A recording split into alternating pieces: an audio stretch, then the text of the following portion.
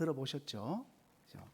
인천 금단 신도시에 있는 이 건축 중인 한 아파트가 무너져 버렸는데, 사실을 이제 조사를 해보니까 정당하게 들어가야 하는 철근을 비용 절감을 한다고 빼먹어서 부실 시공으로 이어졌고, 결국에는 이 신축 중인 아파트가 붕괴한 것입니다.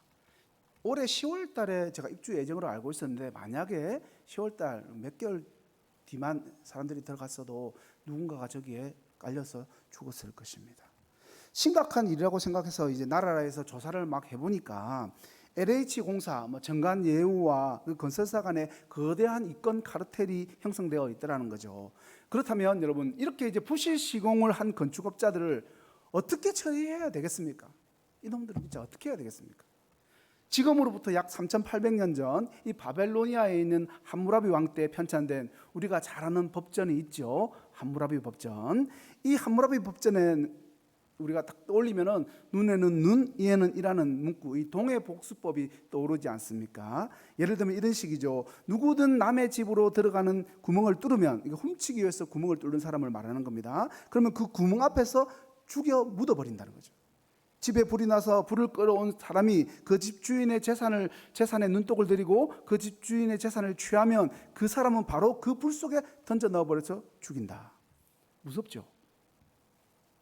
이 함무라비 법전에 보면 건축업자에 대한 처벌이 나옵니다.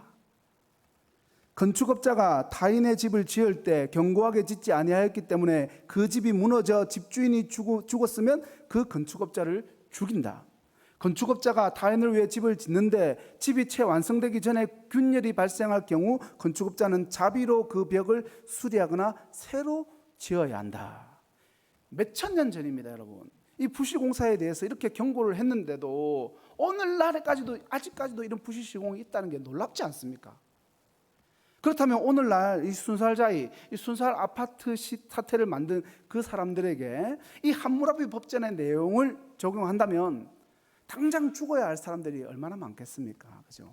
어쩌면 그 무너진 아파트 앞에 바로 묻어버려야 할 것 같지 않습니까?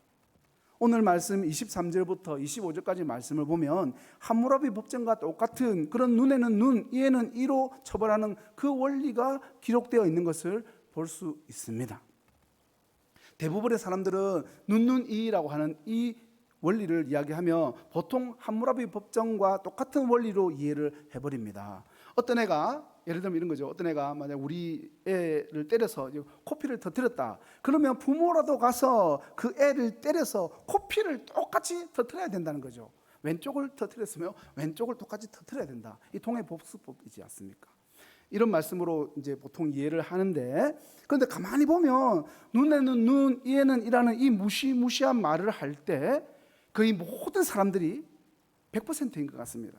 누군가가 남이 나에게 잘못을 했을 때는 이 말을 들먹이면서 복수해야 된다 막 그러면서, 정작 내가 남에게 잘못을 했을 때는 이런 말을 절대로 하지 않더라는 거죠.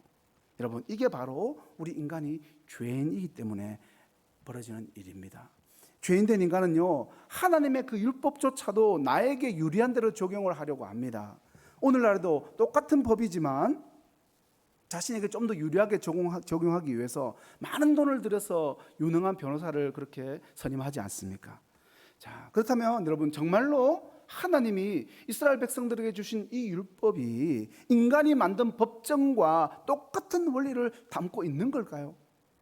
말씀을 있는 그대로만 보면, 액면 그대로만 보면 같은 원리처럼 보이지만 그럴 리가 없다는 생각이 들지 않습니까? 그죠? 그러면 이거는 함무라비 법전과 어떤 차이가 있는 걸까?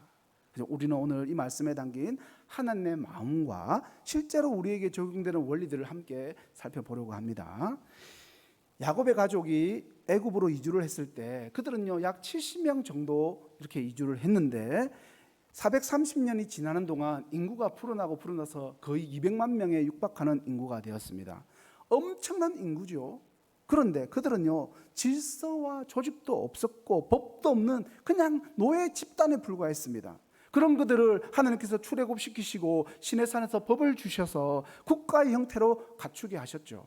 그래서 그들은요 진정한 신앙 공동체로 거듭나게 된 겁니다. 이스라엘은 그냥 생겨난 국가가 아니었습니다. 하나님이 직접 통치하시는 신정국가입니다. 하나님은 20장에서 십계명을 주시고 21장, 22장, 23장에서 그 십계명을 어떻게 적용시킬지 상세하게 풀어서 설명을 해주고 있습니다. 오늘 말씀을 보면 크게 세 가지의 범죄 형태가 나옵니다. 첫 번째, 12절부터 17절까지는요, 사형에 처해야 되는 폭력적인 범죄에 대한 규정을 보여주고 있고, 18절부터 27절까지 말씀은 사형은 아니고 이 배상을 해야 되는 조금은 가벼운 상해에 관한 그런 원리가 들어있고, 세 번째는요, 중대한 실수를 한 경우에 대한 처벌과 규정에 대해서 원리가 들어가 있습니다. 그러니까 의도적으로 한 것은 아니지만 굉장히 큰 실수를 해서 남에게 큰 손해를 입힌 경우를 다루고 있다는 거죠. 마지막은. 자, 그렇다면 첫 번째, 사형에 해당하는 중대한 범죄는 어떤 것들이 있을까 보면, 사형은요, 그 사형에 처해질 만한 죄는 기본적으로 12절에서 말하는 살인을 저지른 범죄입니다. 살인. 사람을 쳐 죽인 자는 반드시 죽일 것이나, 10계명으로 보면 제6계명을 어긴 이 경우입니다. 그러니까 사람을 죽이면 그것은 반드시 생명으로 갚는 것이 하나님이 정하신 율법의 원리입니다. 그런데 여러분, 살인에 대해서 우리가 판단을 할 때 중요한 기준과 원리가 있습니다. 그것은요, 살인에 대한 고의성의 여부입니다. 그러니까 마음먹고 내가 저 사람을 죽여버려야지 생각하고 계획해서 죽인 것과 그렇지 않고 정말 실수로 불가피하게 죽이게 되는 경우가 다르다는 거죠. 그런 일이 일어나면 안 되겠지만, 우리가 살다 보면 실수로 운전을 하다가 교통사고를 내서 사람을 죽일 수도 있고, 또 나무를 베다가 나무가 넘어지는데 그게 마침 사람이 지나가다가 죽을 수도 있지 않습니까? 그런 경우들이 있다는 거죠. 그렇게 고의성에 대한 여부를 하나님은 살인에 있어서 중요한 기준이라고 보시고 있는 겁니다. 의도적으로 살인을 했다면 살 길이 없어요. 설령 그 살인자가 하나님의 제단불을 붙잡았다 할지라도 거기서 끌어내서 죽이라고 명령하십니다. 요압 장군이 솔로몬에게 반역죄를 저지르고 죽지 않으려고 제단불을 그렇게 붙잡고 있었지만 브나야가 그를 그 자리에서 쳐 죽였지 않습니까? 하지만 의도가 없이 죽이게 된 경우가 있다는 거죠. 즉 실수로 죽이게 된 경우를 보세요. 13절 말씀입니다. 같이 읽겠습니다. 시작.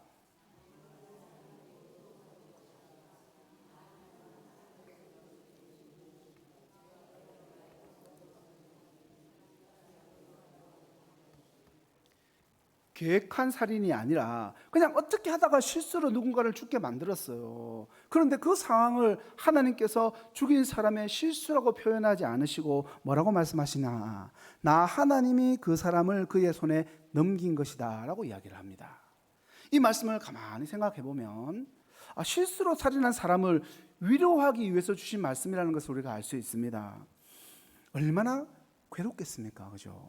정말 사람을 죽일 의도는 0.1도 없었어요. 그런 일이 자신의 인생 가운데 일어날 것이라고는 눈꼽만큼도 생각해 본 적이 없는 사람인데 정말 의도하지 않게 실수로 누군가를 죽게 만들어서 그러면 자책하고 두려워하고 있을 그때에 하나님께서 이렇게 그 사람에게 이야기해 준다는 거죠. 나 하나님이 그 사람을 네 손에 넘긴 것이다. 내가 허락해서 그 사람 죽은 것이다. 하나님이 허락하지 않으시면 이런 일이 일어날 수 없고 누가 생명의 주권자이신지를 정확하게 보여주는 그런 말씀입니다. 실수로 사람을 죽인 사람이 이런 말을 하나님으로부터 들었다. 그러면 마음이 얼마나 큰 위로가 되겠습니까? 그뿐만 아닙니다. 하나님은 실제적으로 이런 사람을 도와주기 위해서 한 곳을 정해두시죠. 그러니까 한 곳을 정해두고 그곳으로 도망을 가라라고 이야기하십니다. 거기가 어디죠? 그렇죠. 우리가 잘 알고 있는 도피성입니다. 이스라엘 백성들이 가나안 땅에 들어가게 되면 하나님이 이 도피성을 요단강을 사이에 두고 동쪽에 3개, 이 서쪽에 3개, 이 피난처로 마련해 둔다고 이야기합니다. 지금 화면에 나오는 그런 곳이 도피성입니다. 혹시 실수로 사람을 죽이게 되었을 때 죽은 사람의 가족들이 이제 복수를 할 수도 있으니까 그 도피성으로 피하라는 거죠.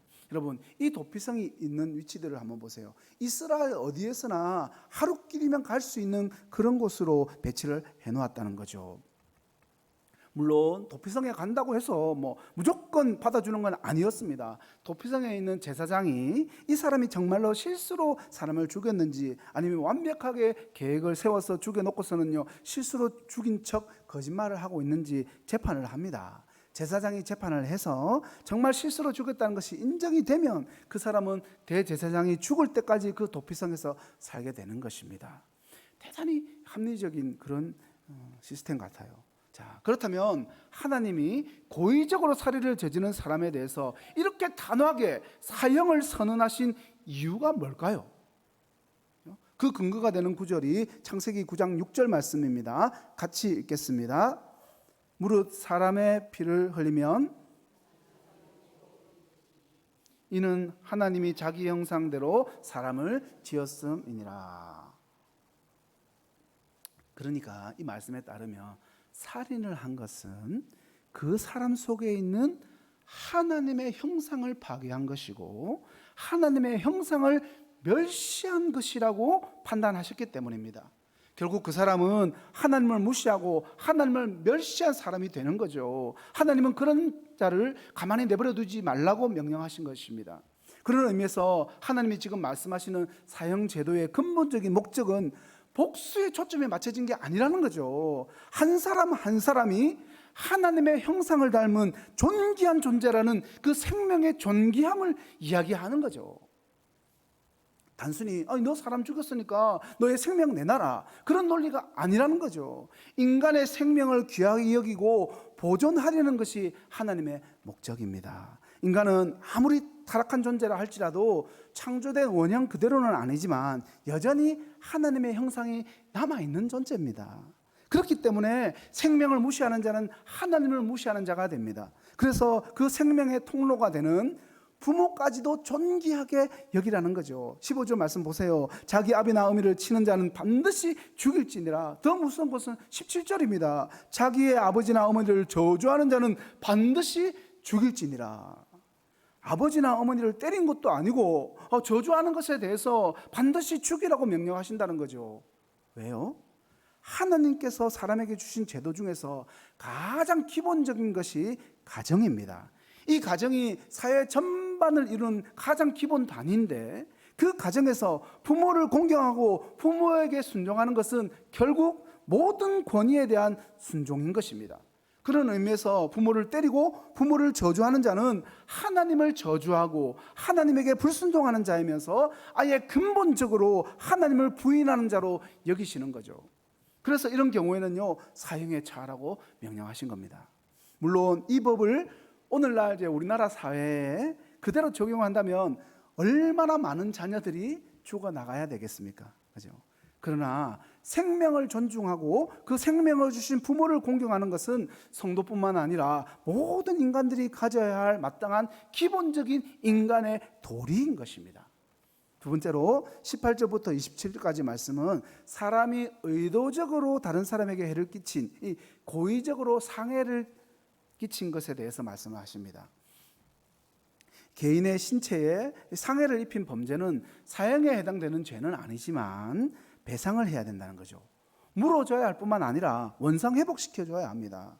어떤 두 사람이 싸움을 하다가 한 명이 이제 다른 사람으로부터 부상을 당했다, 부상을 입게 되면 그 부상에 대한 치료비와 치료받는 동안 일하지 못해서 입은 손해까지도 배상을 해야 된다는 거죠. 종을 때리는 경우에도 똑같은 원리가 적용이 됩니다. 그 당시에 종은요 두 부류가 있었어요. 두 부류. 히브리인 중에서 종이 된 사람이 있었는데, 히브리인의 종은 6년이라는 기간이 정해져 있는, 안식년이 되면 자유를 얻게 되는 기간제 근로자 같은 그런 종이었습니다. 그리고 오늘 본문에 나오는 남종이나 여종, 이 종은요 히브리 종 말고 외국인 노예를 말하는데, 전쟁에서 포로로 잡아왔거나 외국에서 돈을 주고 사온 그런 종신적인 종을 말합니다. 자, 이 종이 주인에게 복종을 하지 않을 때 종을 때리는 경우가 종종 있었는데, 그때 종을 죽을 때까지 때리게 되면 주인이라고 해도 형벌을 받을 수밖에 없습니다. 형벌을 면할 길이 없었어요. 그런데 그 당시 고대 근동에서 여러분 이게 말이 안 되는 거라는 거죠. 여러분들 단순히 그냥 주인이 때려서 죽였으니까 그냥 주인도 벌 받아야 되나 보다, 이게 아니라는 거죠. 종은 재산일 뿐입니다. 그냥 재산. 종 죽였다고 해서 누가 벌을 받고 그것도 사형을 당하겠습니까? 그런데 하나님께서는 비록 종이라 할지라도 생명은 존중받아야 한다고 모든 생명에 대한 존귀함을 이야기하시는 겁니다. 만약에 종이 죽지 않았지만 몸에 치명적인 상해, 즉 눈이나 이에 대한 어떤 상처가 생겼다, 그러면 주인은 배상으로 그 종에게 자유를 줘야 했습니다. 이 배상에 대한 말씀을 보시면 이 공통점이 있습니다. 대부분 사회적 약자들에 대한 이야기를 하는 거죠. 22절에 싸움을 하는 사람 옆에 있다가 아이를 유산하게 된 여인에 대한 경우를 보세요. 이 임신한 여인이나 유산된 태아나 다 약자입니다. 그리고 주인에게 맞아서 죽거나 상해를 입게 된 종도 약자입니다. 그러니까 고의적인 상해에 대한 말씀도 상해에 대해서 처벌하는 것이 목적이 아니라 기본적으로 사회적인 약자들을 보호하는 규정들이라는 것을 우리가 알 수 있습니다. 세 번째 28절부터 36절 말씀을 보시면 책임을 다하지 않아서 사람이나 짐승에게 손해를 끼친 경우에 대해서 배상을 해야 한다고 말하는 거죠. 나는 아무 일도 하지 않았는데 왜 나에게 손해배상을 요구합니까? 라고 이야기할 수 없다는 거죠. 아무 일도 하지 않았어도 태만하거나 마땅히 해야 될 일을 그 책임을 다하지 않았을 경우에도 그것 때문에 일어난 손해를 물어주라는 겁니다.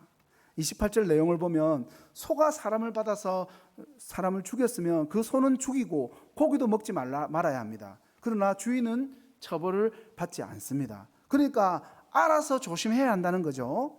괜히 소 근처에 갔다가 밭을 죽으면 자기만 손해인 겁니다.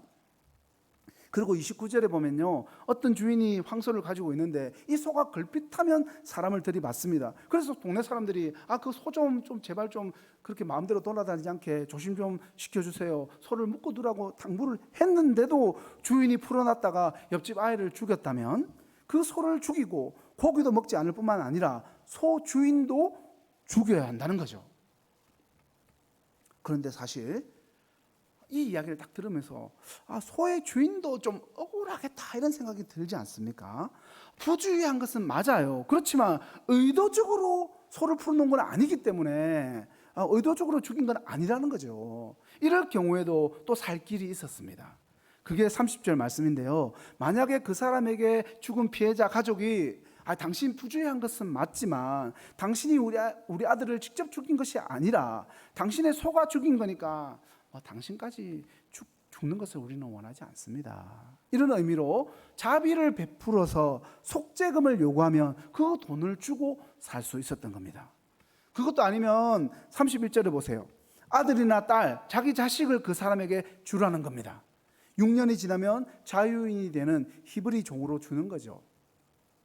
자, 그러면서 만약에 소가 종을 받아서 종이 죽었다면 은 30세겔을 내라고 말합니다. 종의 몸값입니다. 가룟 유다가 예수님을 팔아서 넘길 때 받았던 금액과 같은 금액이죠. 자, 그리고 구덩이 문제가 나옵니다. 33절과 34절 말씀인데요, 사람이 구덩이를 팠는데 그 구덩이를 잘 덮어둬야 하는데 제대로 덮어두지 않아서 소나 나귀가 빠져 죽은 경우 그 짐승의 주인에게 짐승 값을 돈으로 주고 죽은 것은 구덩이를 판 사람이 가져가라는 겁니다. 또 35절은 이 소가 사람을 받은 것이 아니라 소가 소를 받아서 죽인 경우입니다. 그럴 때는 살아있는 소를 팔아서 값을 반으로 나누고 죽어있는 소도 반으로 나누라는 겁니다.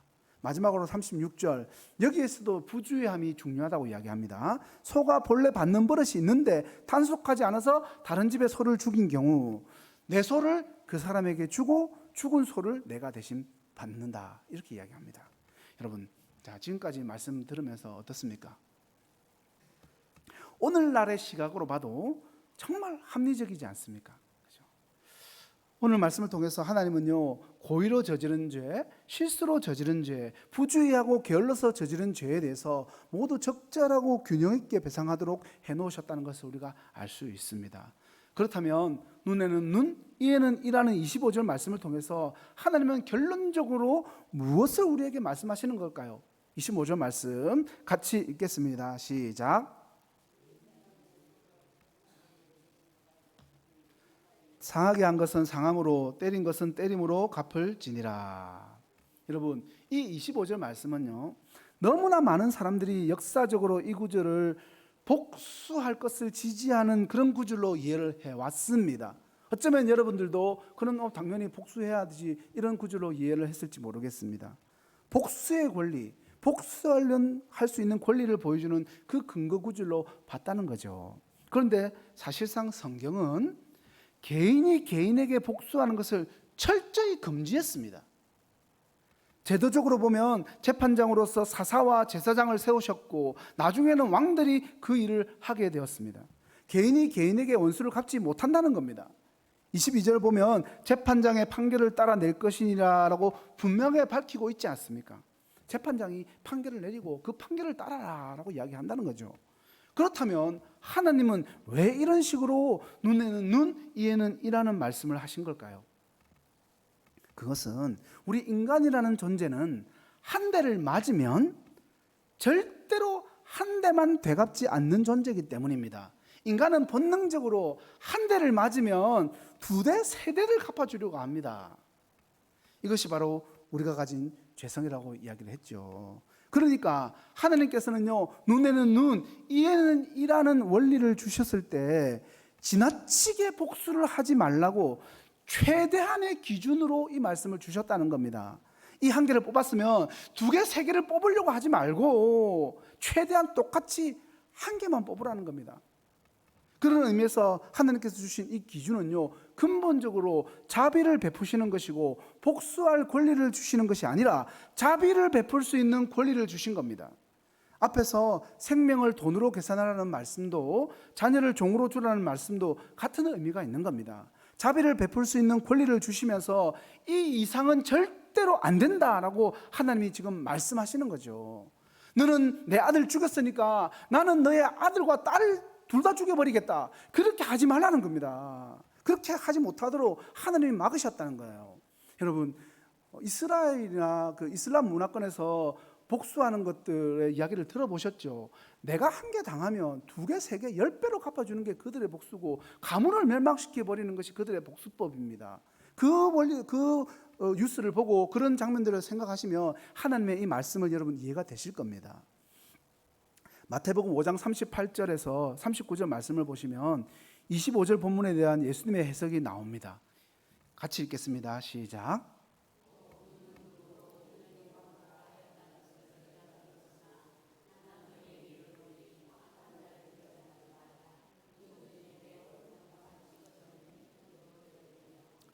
너희가 눈에는 눈, 이에는 이라고 들었는데 그렇게 복수하려고 하지 말고 오른뺨을 치면 왼편도 돌려대라.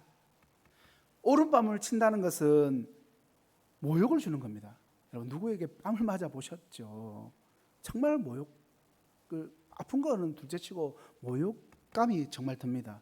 모욕을 당했으니까 율법대로라면 오른쪽 뺨에는 오른쪽 뺨으로 갚으라, 막 이렇게 율법에서 이야기해야 될 것 같지 않습니까? 그런데 주님은 그 원리가 의도한 것은 원수를 갚지 말라고 한 것이다라고 말씀하는 거죠. 원수를 갚을 권리로서 그 말씀을 준 게 아니었다라고 분명히 이야기한다는 거죠.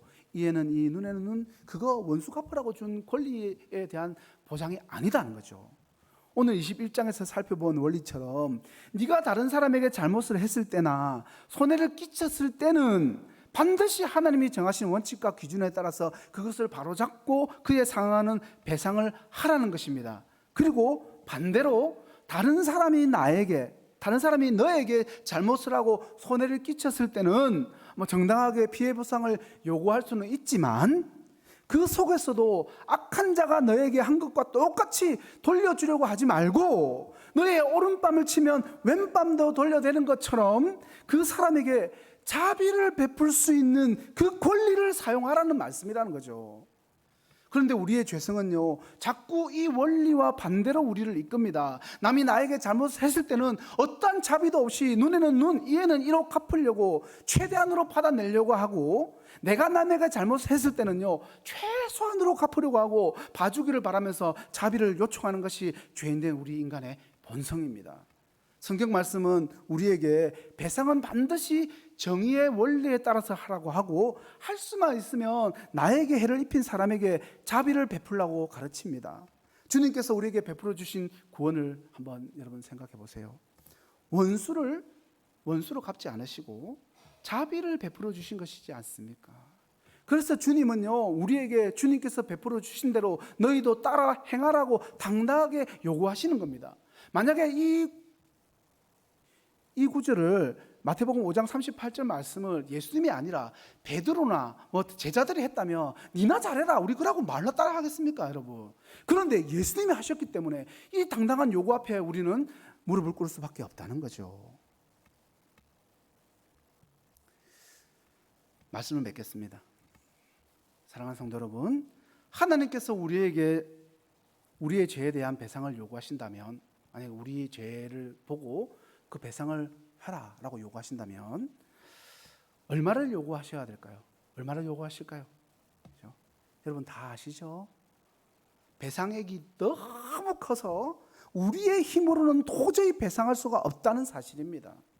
우리의 죄값을 다 치르려면 지옥에서 끝없는 영원한 형벌로 갚아야 하는 겁니다. 왜 지옥이 끝없이 이어지겠습니까? 그 형벌을 받았고 죄를 값을 갚아야 되는데 갚을 수 없으니까 그냥 영원히 가는 겁니다. 어느 수준까지 100년이면 끝난다 하면 지옥이 끝나겠죠. 갚을 수 있으면. 그런데 그걸로 갚을 수 없기 때문에 영원히 갚아라 하고 지옥에서 영원히 살아가는 겁니다. 그러나 하나님은 이렇게 소망도 없고 능력도 없는 우리에게 독생자 예수 그리스도를 보내셔서 그의 피로 우리의 모든 죄를 씻어주시고 하나님의 공의를 만족시키셨습니다. 십자가 위에서 우리의 모든 배상이 단번에 다 갚아졌습니다. 여러분 이것이 얼마나 감사한 일입니까? 원수를 원수로 갚지 않으시고 자비를 베풀어 주신 것입니다. 참으로 어리석은 두 부류의 사람을 보게 됩니다. 한 부류의 사람은요, 내가 지은 죄는 내가 책임진다는 겁니다. 그런 말을 하는 사람. 또 한 부류의 어리석은 사람은 내가 무슨 죄가 있습니까? 라고 고백하는 사람입니다. 그 말하는 사람.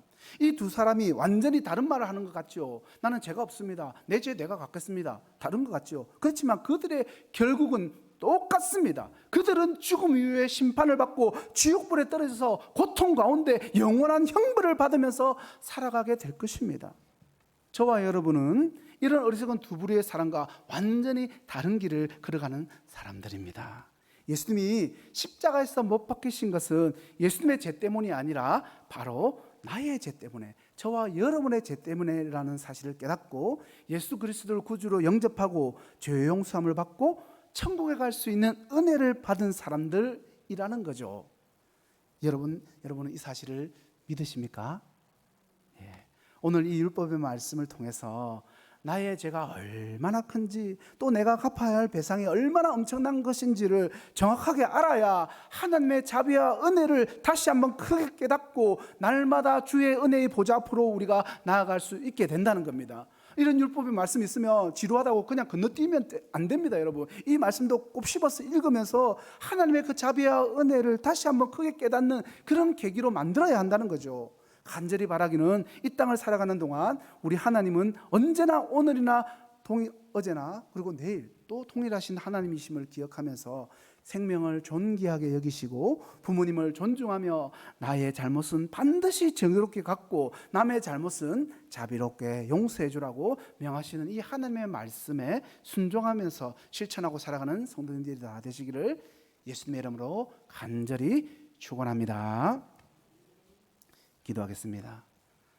사랑과 은혜가 충만하신 하나님 아버지, 주신 은혜와 사랑에 감사를 드립니다. 주님, 우리에게 귀한 말씀을 듣게 하셨사오니 이 말씀이 우리 마음판에 새겨지게 하시고 그 말씀대로 살아갈 수 있도록 인도하여 주시옵소서. 우리로 하여금 어리석은 두 부류의 사람들과 같이 내 죄는 내가 갚는다, 나는 죄가 없다라고 말하지 않게 하시고 오늘 주신 율법의 말씀을 통해서 나의 죄가 얼마나 큰지 또 내가 갚아야 할 배상액이 얼마나 엄청난 것인지를 정확하게 알고 날마다 주의 은혜의 보좌 앞으로 나아가게 하여 주시옵소서. 무엇보다도 우리에게 원수를 원수로 갚지 않으시고 자비를 베풀어 주신 주님을 따라서 우리 또한 생명을 존귀하게 여기고 부모님을 존중하며 나의 죄는 반드시 정의로 배상하고 타인의 잘못은 자비롭게 용서할 수 있는 주의 백성들 다 되게 하여 주시옵소서. 이 모든 말씀 살아계신 예수님의 이름으로 기도합니다.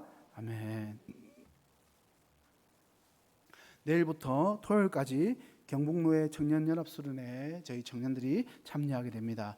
경주 켄싱턴 리조트에서 진행되는 이 수련회, 우리 청년들이 우리를 향한 하나님의 꿈을 발견하고 돌아오는 은혜의 시간 될 수 있도록, 또 안전하고 즐거운 수련회로 다녀올 수 있도록 기도해 주시기를 부탁드립니다. 나머지 광고는 주보를 참조해 주시고 다 함께 일어나셔서 340장 허락하신 새 땅에 찬송하시겠습니다.